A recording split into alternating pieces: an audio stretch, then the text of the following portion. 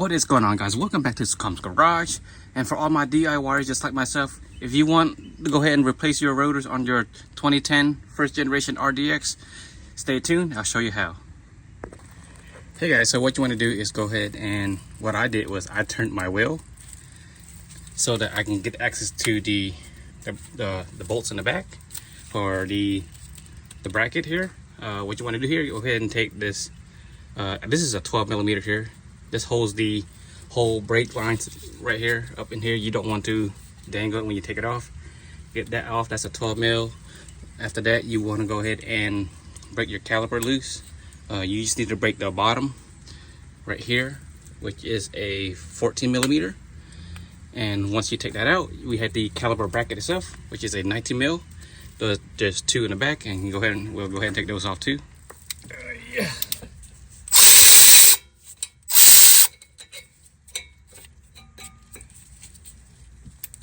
Put that back in.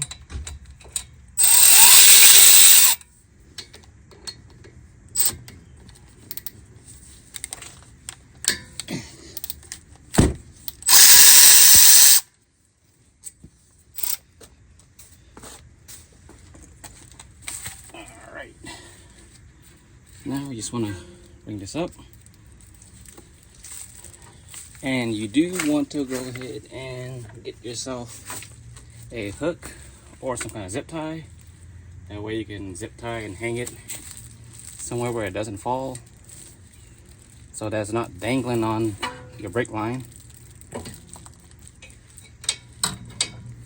Just like so. Right. Now we break these two 19 millimeter bolts here that's holding the caliper bracket.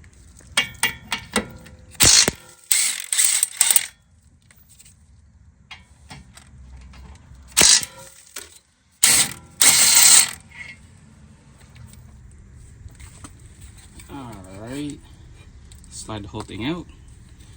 There we go. And now here's the hard part, depending on, you know, the condition of your car. Now, my screws here are super extra rusted. You're gonna need an impact screwdriver. Like, really, you're gonna need one. I mean, any other method would work too. If you just drill it out, if you don't care for it, just drill it out. That'll work too. But I kind of want to keep using these screws. I don't know why, but it is what it is.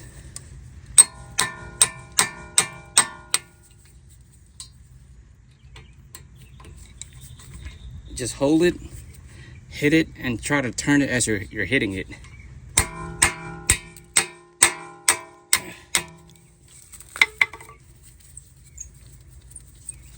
That should work, and it should come out.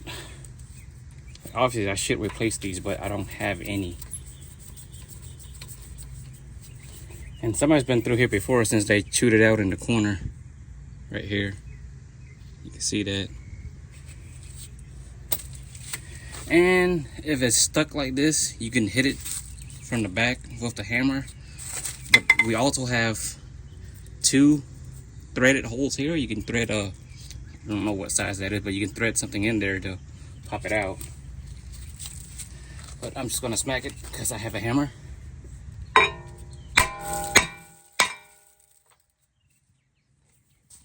Just turn it.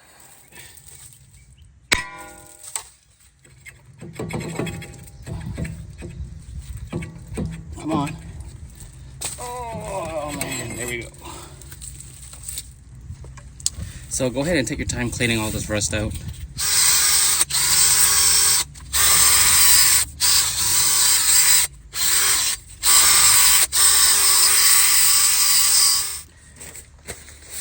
And if your bracket is as bad as mine here, get it cleaned out.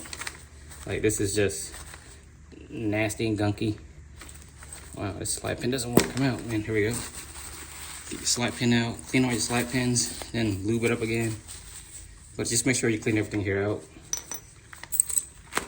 Even these, just take the retainer out. Well, take your pads out. Take your retainer out. And just get a wire brush and just start cleaning all around here. Your bushings, you can, well, not your bushing, but your your boot. Gonna take that out too, pull it out, clean it up, put it back in. And if inside of where the slide goes in, right here, if it's dry in there, go ahead and get a wire brush. I'll show you what kind. Okay, so you get one of these wire brush right here, put inside your drill, you drill it right in there, and it should clean out any like dried up grease, anything like that in there, and it should clean it out because you want it to be extra clean. And once you get everything cleaned up on your caliper bracket here, go ahead and put your boot back in. If you decided to take it off, put it back in.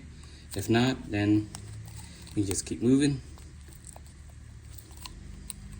All you had to do is push it in, just like so. Seats properly. Same thing with this one.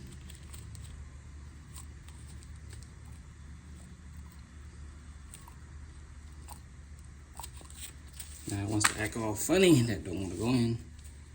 You could grease it up a little bit too to make it slide in a little better. All right, here we go. Now go ahead and put our retainer in. All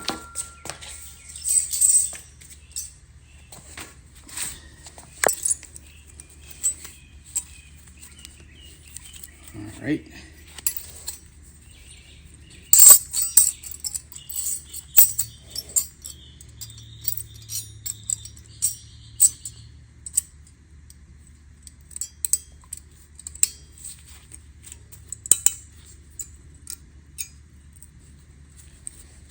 Just like so. Same thing with this side.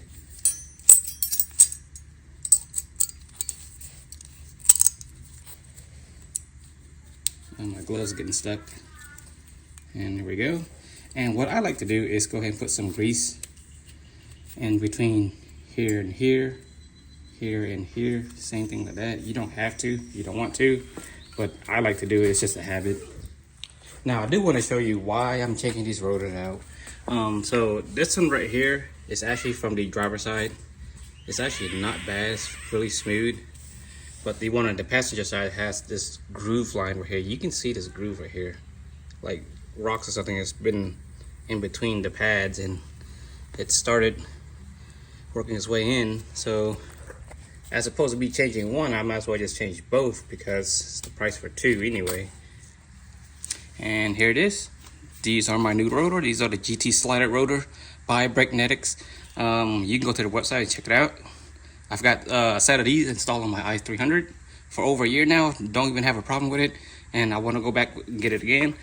Unfortunately, I only got a set for the fronts. I don't have the rear.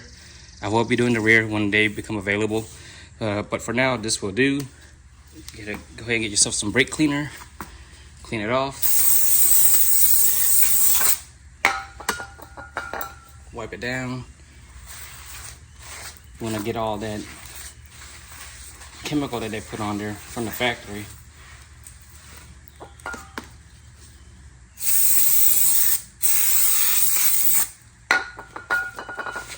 You see, it's pretty nice. It's even coated on the back side too to prevent rust, and up here on the side too where the fins are to prevent rust. This is the reason why I went with them. They're pretty nice. All right, now that you're cleaning your surfaces is all clean, let's go ahead and put our new rotor on. Making sure the hole matches for your screw. And if you're planning on reusing your screw, go ahead. If you don't want to use it, you don't have to, because eventually when you put your wheel on, the wheel will lock this in place.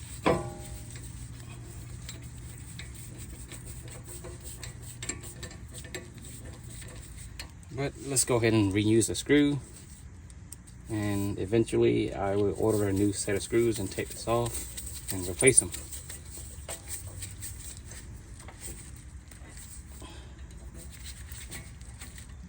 Okay, let's go ahead and install our caliper bracket back in.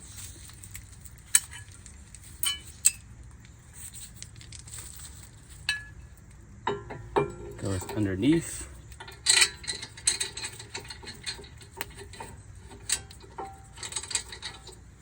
If I can find it. There we go.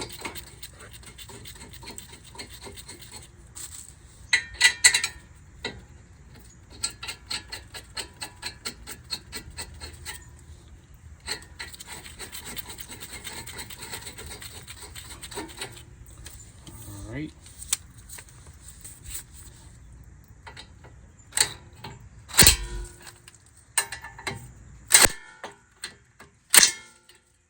Okay, now you can torque it if you want to. The service manual tells me it needs to be 101 foot-pound. For the sake of this video, I'm going to go ahead and torque it.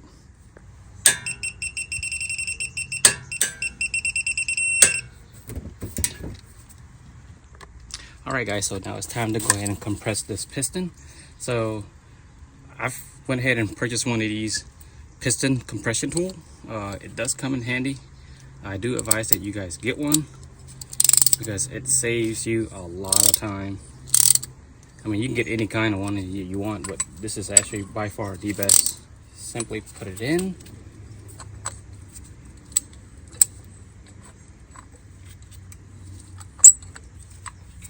And you start cranking on it.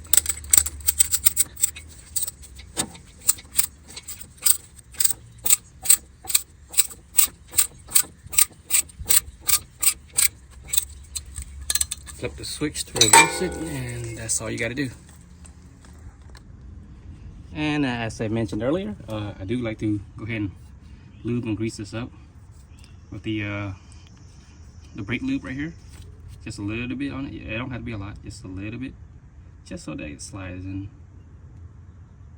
pretty good.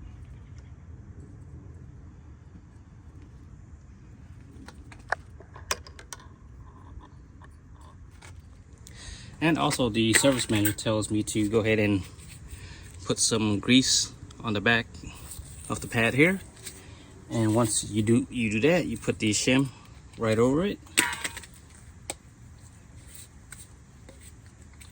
It don't have to be a lot, just a little bit. Just smear it all the way around. And then here comes the shim. Just like so. And the best way to put it in is if you go in at an angle like this and you kind of push forward on it and then twist it, and it should just pop right in. Same deal here, just a little bit. Smear it, put your shim on. Come on, put it on the right way, come on. There we go. Right, put it in, angle it, slide it. There you go. All right, so now we got our slide pin. I'm gonna go ahead and lube it up really well, nice and thick, and stick it in. Wipe off any excess that comes out. Now do the same thing for the caliper that's hanging right here. Do the same thing for that one right there too, that pin slide. And then we'll go ahead and put it all together.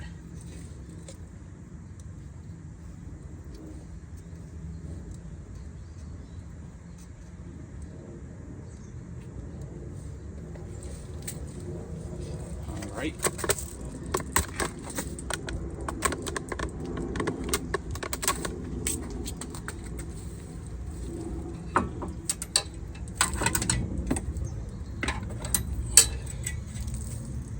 First, you always want to make sure that this doesn't get tangled up or bent in any way. So go ahead and put the top one in first.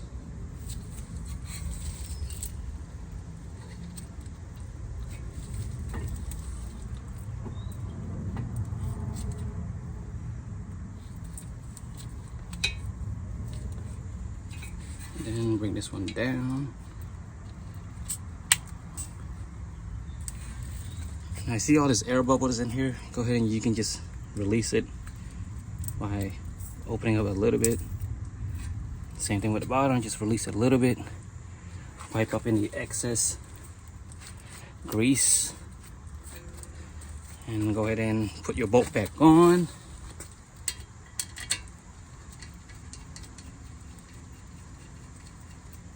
There.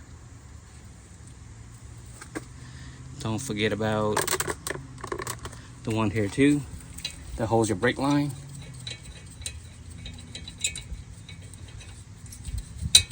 Here we go.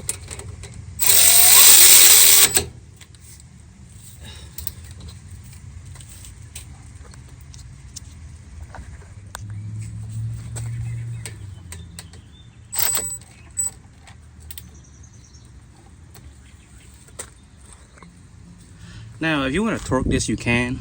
Torque value is 37 foot-pounds. You also need a 19mm wrench to hold the bottom.